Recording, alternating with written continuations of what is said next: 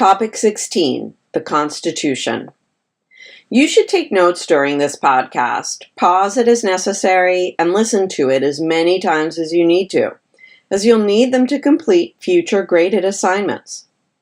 I recommend that you take notes in the Cornell method of note-taking as presented in podcast 3 of this course. By the end of this podcast, you should be able to define the 3 major compromises made at the Constitutional Convention and how they impacted the Constitution itself. Define the terms separation of powers, checks and balances, and federalism, and provide examples or explain how they became embodied in the Constitution.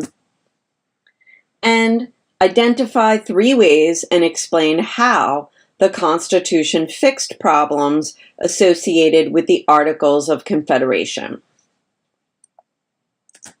In the last podcast, we learned that the first document that governed the newly created United States, the Articles of Confederation, contained so many flaws that just 6 years after its ratification, the Continental Congress returned to Philadelphia to reform it. The Article's weaknesses were so profound, however, that the delegates soon agreed to draft an entirely new document. This document eventually became the Constitution that governs the country to this very day. The drafting process involved a series of compromises between delegates from big states and small states, northern states and southern states, and advocates of a strong central government and those who favored stronger state governments. In a few minutes, we'll review each compromise one by one. Before doing so, let's review some terms and explain where and why they emerged. In a political system governed by an all-powerful king, like the one the Founding Fathers had lived under during the 1760s and 70s, all kinds of political powers were exercised by a single person who was not subject to many limits on his use, and in the colonist perspective, abuse of that power. 18th century French Enlightenment political philosopher Baron de Montesquieu argued that in order to prevent any one person or institution from having too much power, political power should be divided up. A legislature should make the laws, he argued. An executive should administer the laws, and a judiciary should evaluate them. This idea of separating powers into distinct branches of government was a new one in the 18th century, and one that the U.S. Congress would adopt.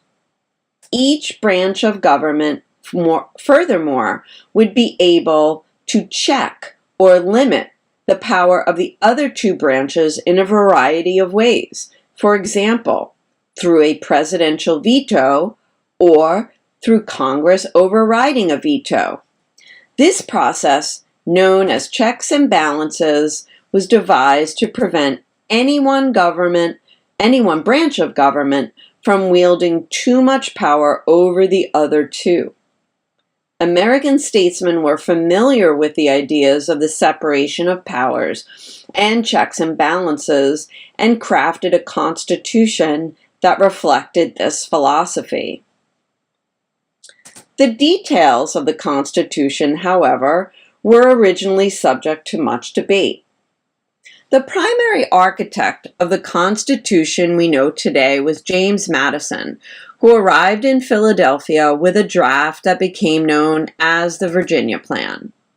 Since Virginia was then the most populous state in the country, Madison recommended that each state receive a number of legislators based on the size of its population. Smaller states preferred the New Jersey Plan, which opted for a one-house or unicameral legislature to which each state would send a single representative.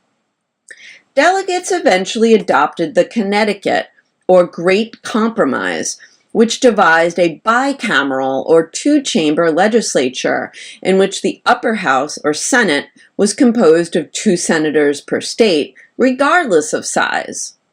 Until 1913, state legislators, not regular voters, elected senators, which made it a fairly elite body. Representation in the lower house, or the U.S. House of Representatives, would be based on the size of a state's population.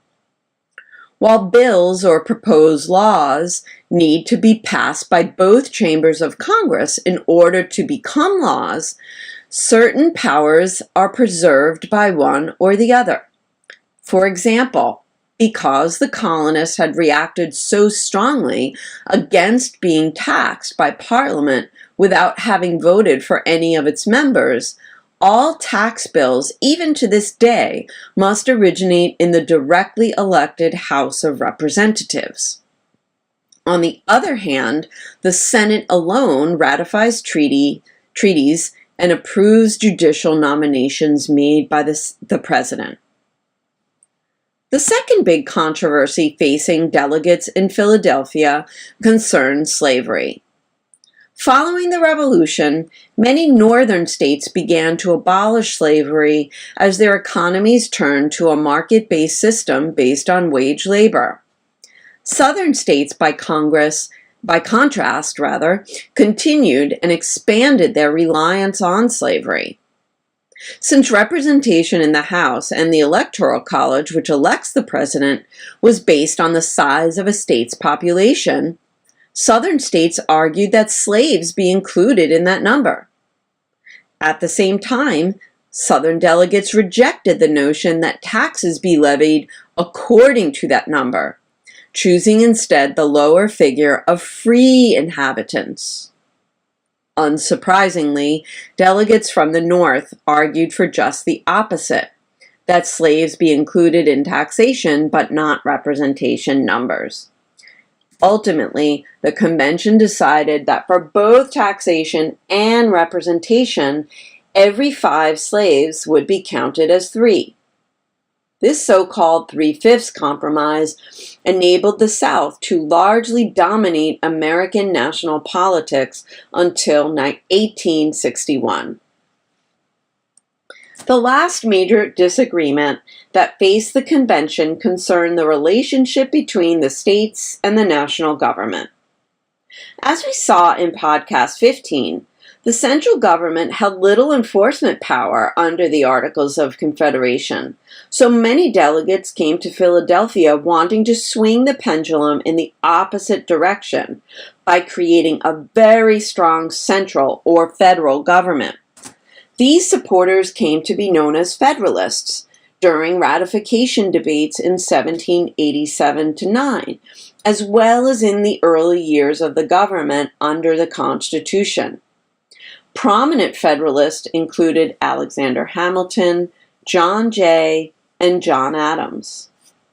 Anti-Federalists such as Thomas Jefferson, however, feared that locating too much power in a distant capital away from the people's directly elected representatives would result in despotism, like the one they'd endured under King George III.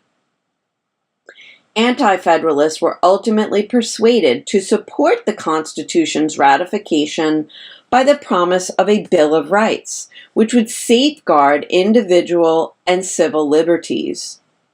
These first 10 amendments to the Constitution, ratified together in 1791, assured anti-Federalists that all Americans would enjoy freedom of speech, religion, press, and assembly, the right to a fair and speedy trial, and, importantly, that the states and the people retained all rights not expressly granted to the national government by the Constitution.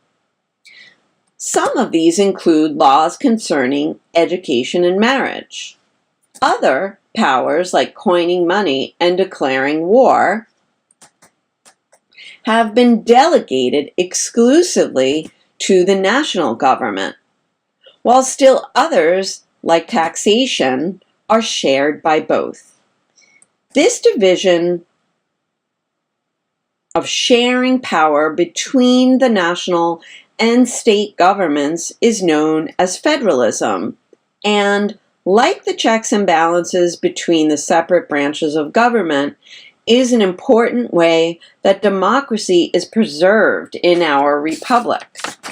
By dispersing power among the states and the nation, as well as between legislatures, executives, and judiciaries, it's difficult for any single person or institution to threaten American freedoms by wielding more than its share. Take a moment to peruse this chart to explore the way this dispersal looks in our current political systems.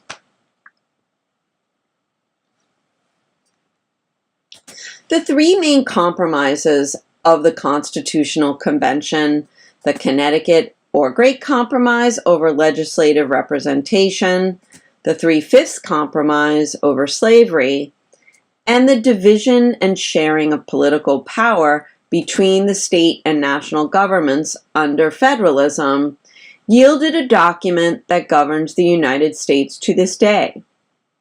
The document itself, divided into 7 articles that describe everything from the minimum age of representatives to the process of amending the Constitution, is not very long. I recommend reading it when you have a chance. It's widely available online.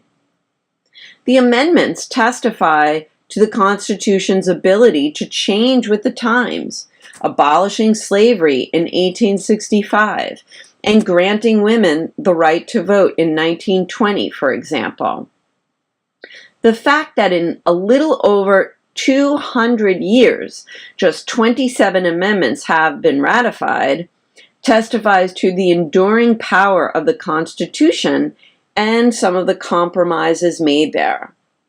Delegates at the Constitutional Convention had learned from the mistakes of the Articles of Confederation and remedied them in the Constitution to create a more perfect union among the 13 original states.